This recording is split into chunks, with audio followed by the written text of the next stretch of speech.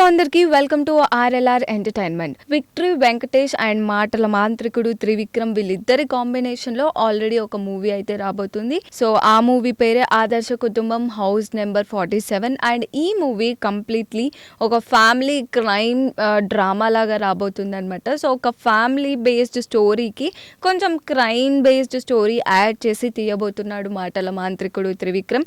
Already ఈ movie shooting అయితే start అయిపోయింది.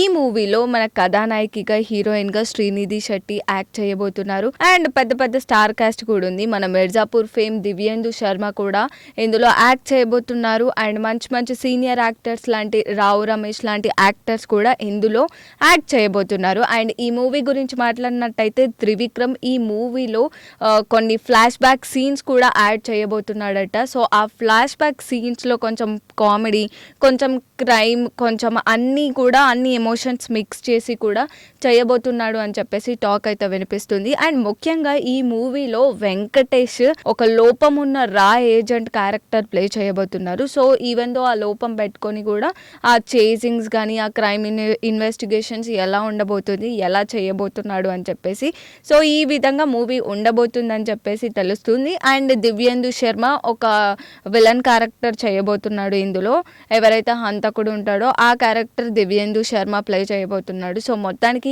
ఈ మూవీ షూటింగ్ అయితే స్టార్ట్ అయ్యింది. ఆల్రెడీ మాక్సిమం ఫినిష్ చేయడానికి కంప్లీట్ చేస్తున్నారు. అండ్ ఆల్రెడీ ఈ మూవీ పైన చాలా మంది కూడా ఎక్స్పెక్టేషన్స్ ఎక్కువగా ఉన్నాయి.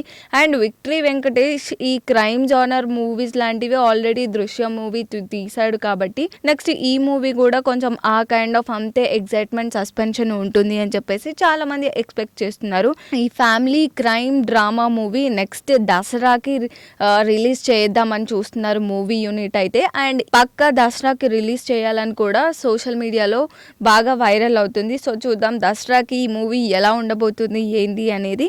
మరిన్ని అప్డేట్స్ కోసం చూస్తూనే ఉండండి ఆర్ఎల్ఆర్ ఎంటర్టైన్మెంట్.